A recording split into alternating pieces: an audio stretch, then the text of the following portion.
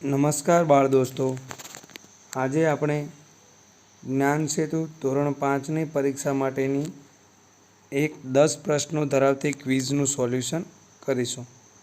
તો આ ક્વિઝ શરૂ કરવા માટે આપણે સૌપ્રથમ સ્ટાર્ટ ઉપર ક્લિક કરીશું। ત્યારબાદ અહીં તમારે તમારું નામ લખવાનું છે। હું અહીંયા મારું નામ લખી અને ત્યારબાદ સ્ટાર્ટ ક્વિઝ ઉપર ઓકે આપતા આપણને ક્વિઝ દેખાવાની શરૂ થશે। તો મિત્રો, હવે આપણને ક્વિઝનો પ્રથમ પ્રશ્ન દેખાઈ રહ્યો છે, જે એક શ્રેણી છે જેમાં 12, 24, 36 અને ત્યારબાદ ખાલી જગ્યા આપેલ છે અને 4 ઓપ્શનમાં 24, 64, 84, 48 અને 42 આવા 4 ઓપ્શન છે। તો મિત્રો, શ્રેણી જોતાં પ્રથમ 12, ત્યારબાદ 24 અને પછી 36 છે। તો દરેકમાં તફાવત 12 સંખ્યાઓનો જો આપણને જોવા મળે છે। એના આધારે આપણને ખબર પડે છે કે આ એક 12નો કડિયો છે। 12 એકા 12, 12 દુ 24, 12 તરી 36 અને હવે એના પછી ક્રમશઃ 12 ચોક 48। તો આપણે અહીંયા 3 નંબરમાં 48 લખેલા છે, જેના ઉપર ટીક કરતાં આપણને એનો જવાબ મળી જશે। ત્યારબાદ પ્રશ્ન 2 છે, 2 અંકની મોટામાં મોટી સંખ્યા કઈ છે? 4 ઓપ્શન આપેલ છે, 11, 99, 19 અને 10। મિત્રો, આ ચારેય ઓપ્શનમાં 99 એ 2 અંકની સૌથી મોટામાં મોટી સંખ્યા કહેવાય। 99 બાદ 100 આવે, જે 3 અંકની થઈ જાય, તો આપણો જવાબ રહેશે 99। હવે ત્રીજો પ્રશ્ન જોઈશું। નીચેનામાંથી કયું જૂથ સાચું છે? પહેલો ઓપ્શન છે ચ, છ, જ, જ, જે ગુજરાતી મૂળાક્ષરના ક્રમ પ્રમાણે બિલકુલ સાચા છે। બીજો ઓપ્શન છે ત, થ, દ, મ, જે મૂળાક્ષરના ક્રમ પ્રમાણે ખોટો છે। દ પછી ધ આવે, એની જગ્યાએ મ મૂકેલ છે। ત્રીજા ઓપ્શનમાં ક, ખ, ગ, ચ, અહીં પણ ભૂલ છે।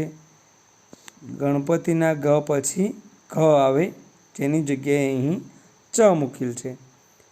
ચોથા ઓપ્શનમાં પ, ફ, બ, છ, અહીં પણ ભૂલ છે। બ પછી ભ આવે। તો મિત્રો, નીચેના ત્રણેય ઓપ્શનમાં એક મૂળાક્ષરમાં ક્રમમાં ભૂલ થયેલ છે, પરંતુ પ્રથમ મૂળાક્ષરનો ક્રમ બિલકુલ સાચો છે। તો આપણું સાચું જૂથ થશે ચ, છ, જ અને જ।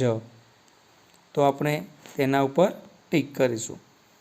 હવે ત્યારબાદ ચોથો પ્રશ્ન, નીચેનામાંથી સૌથી નાની સંખ્યા કઈ છે? 305, 3005, 499, 205। તો મિત્રો, આ ચારેય ઓપ્શન જોતાં સૌથી નાની સંખ્યા આપણને 205 દેખાય છે, તો આપણે તેના ઉપર ટીક કરી લઈશું। ત્યારબાદ પાંચમો પ્રશ્ન જોઈશું। અલગ પડતું શબ્દ જૂથ શોધો। ઓપ્શન 1 દવા, ડૉક્ટર, ઓપ્શન 2 શાળા, શિક્ષક, ઓપ્શન 3 પેન, પેન્સિલ અને ઓપ્શન 4 વેકેશન, પુસ્તક।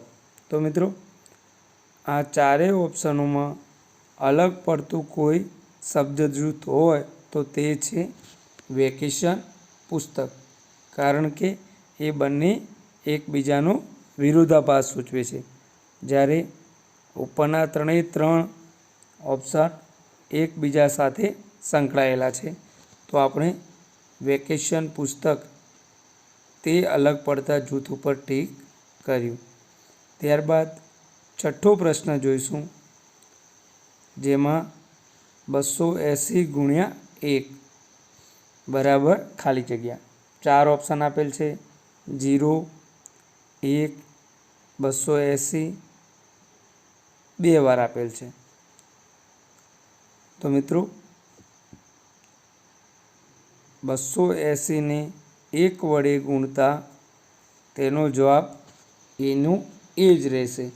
કોઈપણ સંખ્યાને 1 વડે જ્યારે ગુણવામાં આવે તો જવાબ એનો એ જ આવે, જે આપણે સૌ જાણીએ છીએ. તો અહીં પણ આપણે 280 ઉપર ટીક કરીશું.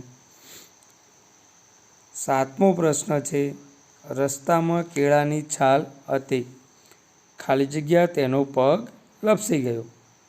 ઓપ્શનમાં છે અને, કે, તેથી, પણ. તો મિત્રો પ્રશ્નમાં આપેલ છે કે રસ્તામાં કેળાની છાલ હતી, તેથી તેનો પગ લપસી ગયો. તો અહીં આપણે જવાબમાં લખીશું તેથી.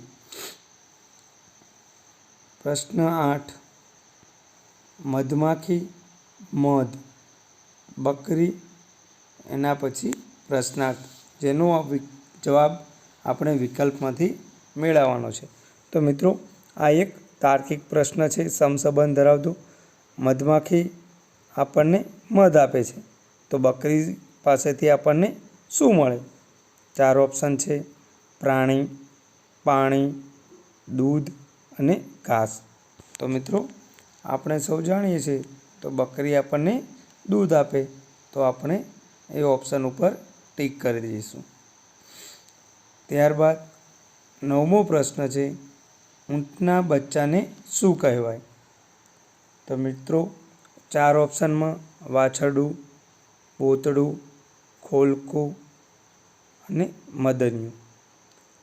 તો આપણે સૌ જાણીએ છીએ કે ઊંટના બચ્ચાને બોતડું કહેવાય, તો બોતડા ઉપર એ ઓપ્શન ઉપર ક્લિક કરી દઈશું.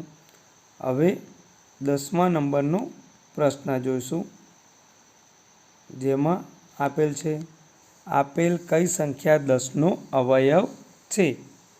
અને 4 ઓપ્શન છે: 3, 5, 7 અને 8.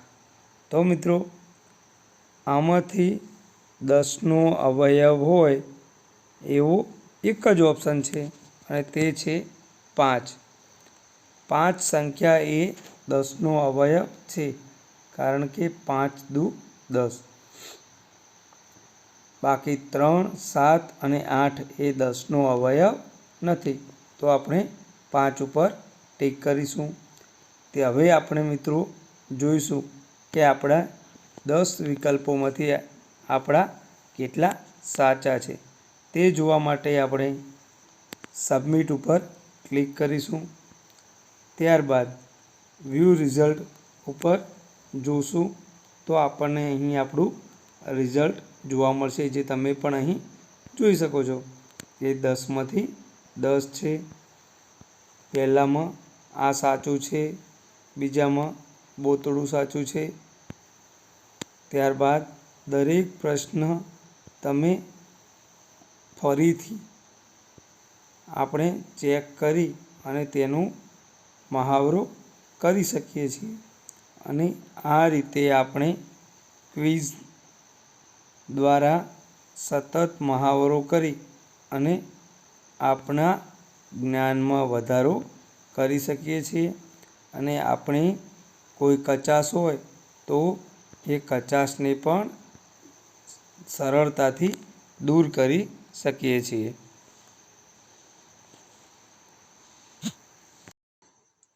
મિત્રો જ્ઞાન સેતુની એક બીજી ક્વિઝ, તો જેના 10 પ્રશ્નોના જવાબ આજે આપણે જોઈશું. તો સૌપ્રથમ ક્વિઝ શરૂ કરી ત્યાં હું મારું નામ લખીશ અને ત્યાં સ્ટાર્ટ ક્વિઝ ઉપર ઓકે આપશું તો આપણી ક્વિઝ શરૂ થશે અને આપણને પહેલો પ્રશ્ન જોવાય છે કે ગુજરાતનું પાટનગર કયું છે? 4 ઓપ્શન છે: અમદાવાદ, સુરત, ગાંધીનગર, વડોદરા. તો ત્યાં ગુજરાતનું પાટનગર એ ગાંધીનગર છે, તો ત્યાં આપણે ટિક કરીશું. ત્યારબાદ બીજો પ્રશ્ન: પક્ષીનું સમાનાર્થી શબ્દ શોધો. ઓપ્શનમાં મયુર, કંચન, વિહંગ અને શ્વેત. તો મિત્રો પક્ષીનું સમાનાર્થી શબ્દ થાય વિહંગ, તો આપણે વિહંગ ઉપર ટિક કરી દઈશું. ત્યારબાદ ત્રીજો પ્રશ્ન એ એક શ્રેણી છે: 285, 275, 265 અને આગળની શ્રેણીનું પદ આપણે શોધવાનું છે. અને 4 ઓપ્શન આપણને આપેલા છે: 235, 245, 255 અને 260. મિત્રો શ્રેણી તરફ જોતા 285, ત્યારબાદ 275, એટલે કે 285 અને 275 વચ્ચે 10નો તફાવત છે. ત્યારબાદ 275 અને 265, તેની વચ્ચે પણ 10નો તફાવત છે. તો 265માંથી હવે 10 બાદ કરતા જવાબ આવશે 255. તો આપણે એના ઉપર ટિક કરીશું.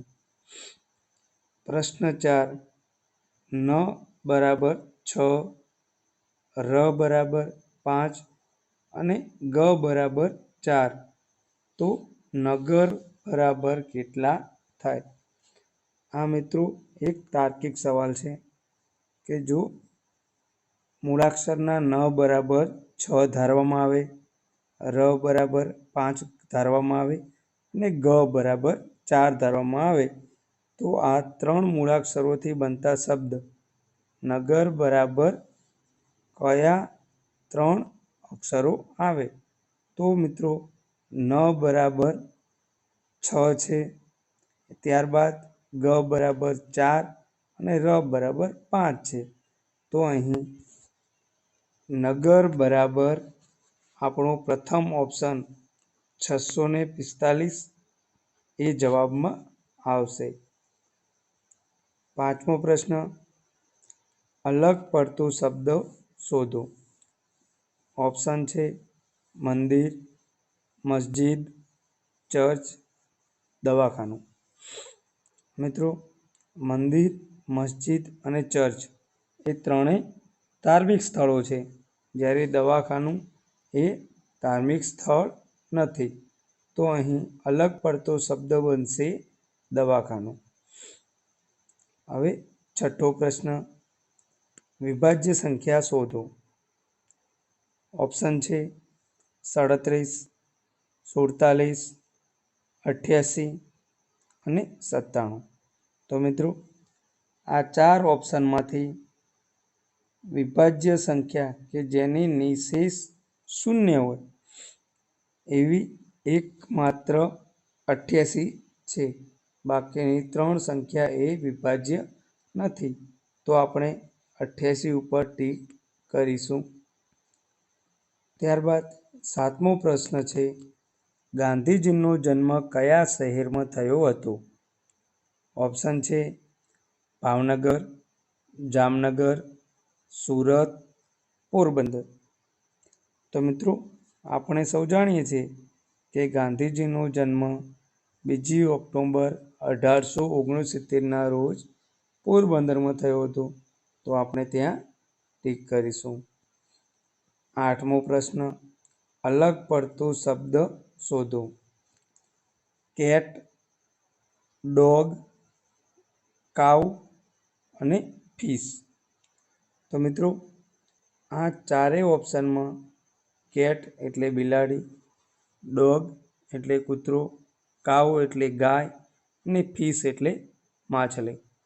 તો ઉપરના 3 ઓપ્શન એ પાલતુ પ્રાણી છે, જ્યારે છેલ્લું એ એક માછલી છે.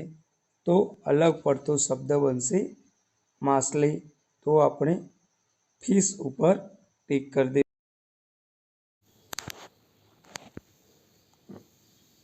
મિત્રો, અહીં પહેલો પ્રશ્ન છે, ACE ને અંગ્રેજી મૂળાક્ષર પ્રમાણે આવતો સાચો શબ્દ શોધો. તો મિત્રો, ACE શબ્દને અંગ્રેજી મૂળાક્ષર પ્રમાણે ગોઠવતા સૌથી પ્રથમ A આવે, ત્યારબાદ C અને છેલ્લે E આવે. તો પ્રથમનો ઓપ્શન જ સાચો ગણીશું. તો આપણે તેના ઉપર ક્લિક કરીશું. પ્રશ્ન 2, ગાય તો કોડ, પછી ખાલી જગ્યા આપેલ છે. તો કે ગાયનું રહેઠાણને કોડ કહેવાય. તો બીજા કયા પ્રાણીનું રહેઠાણ નીચેના વિકલ્પોમાંથી સાચું છે? કૂતરો, રાફડો, સાપ, તો વાળો, સસલો, દર, ઘોડો, તબેલો. તો મિત્રો, આમાંથી ઘોડાના રહેઠાણને તબેલો કહેવાય. તો આપણે એના ઉપર ક્લિક કરીશું. પ્રશ્ન 3, એક કેળાની કિંમત 1.50 રૂપિયા, તો 1 ડઝન કેળાની કિંમત કેટલા રૂપિયા થાય? તો મિત્રો, આપણે સૌ જાણીએ છીએ 1 ડઝન કેળા એટલે કે 12 નંગ. તો આપણે 1.50 ગુણ્યા 12 કરીએ તો આપણને જવાબ મળશે 18. તો આપણે અહીં 18 ઉપર ક્લિક કરી દઈશું. પ્રશ્ન 4, ખોટી જોડ શોધો. સૈનિક, લશ્કર, ચાવી, ઝુમખું, ગાયો, ટોળું, લોકો, ભીડ. મિત્રો, આ ચારે ચાર ઓપ્શનમાં જોતા સૈનિકોના સમૂહને લશ્કર કહેવાય, ચાવીઓના સમૂહને ઝુમખું કહેવાય, ગાયોના સમૂહ હોય એને ટોળું કહેવાય નહીં, ગાયોનો સમૂહ હોય એને ધણ કહેવાય. તો એ ઓપ્શન એ ખોટો છે. લોકોના સમૂહને ભીડ કહેવાય એ સાચું છે. તો ગાયો એ ટોળું એ ખોટો જ વિકલ્પ છે. પ્રશ્ન 5, 4 બગલા અને 3 ભેંસના કુલ કેટલા પગ થાય? 1 બગલાના 2 પગ, તો 4 બગલાના 8 પગ થાય. એમ જ 1 ભેંસના 4 પગ, તો 3 ભેંસના 12. જો બંનેનો સરવાળો કરીએ તો 8 + 12 એટલે કે 20 કુલ પગ થાય. તો આપણે ઓપ્શનમાં આપેલ 20 ઉપર ક્લિક કરી દઈશું. પ્રશ્ન 6, તમારું વજન કયા એકમમાં દર્શાવીએ છીએ? ગ્રામ, કિલોગ્રામ, મિલીગ્રામ, મીટર. તો મિત્રો, આપણું વજન દર્શાવવું હોય તો આપણે કિલોગ્રામ એકમનો ઉપયોગ કરીએ છીએ. તો આપણે અહીં કિલોગ્રામ ઉપર ક્લિક